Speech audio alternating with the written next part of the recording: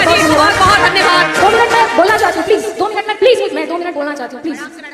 मैं ये बोलना चाहती हूँ कि यहाँ पे मैं जिलाधिकारी महोदय को सम्मान पूर्वक मंच पर आमंत्रित करना चाहूँ।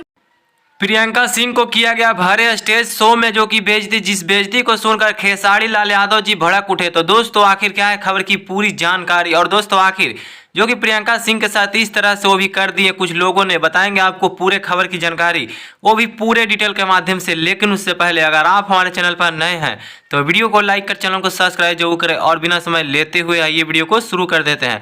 तो दोस्तों आपको बताना चाहते हैं कि गोपालगंज की रहने वाली प्रियंका सिंह, और दोस्तों आपको बताना चाहते हैं कि गोपालगंज में ही चूंकि इनका स्टेज प्रोग्राम हो रहा था, और दोस्तों उन्हीं सब के बीच जो कि एक महिला एंकर जो कि आती है और दोस्तों प्रियंका सिंह को चुप करा देती है, और दोस्तों उसके बाद जो कि वहाँ के जिलाधिकारी डीएम जी को जो कि अनाउंस करती है।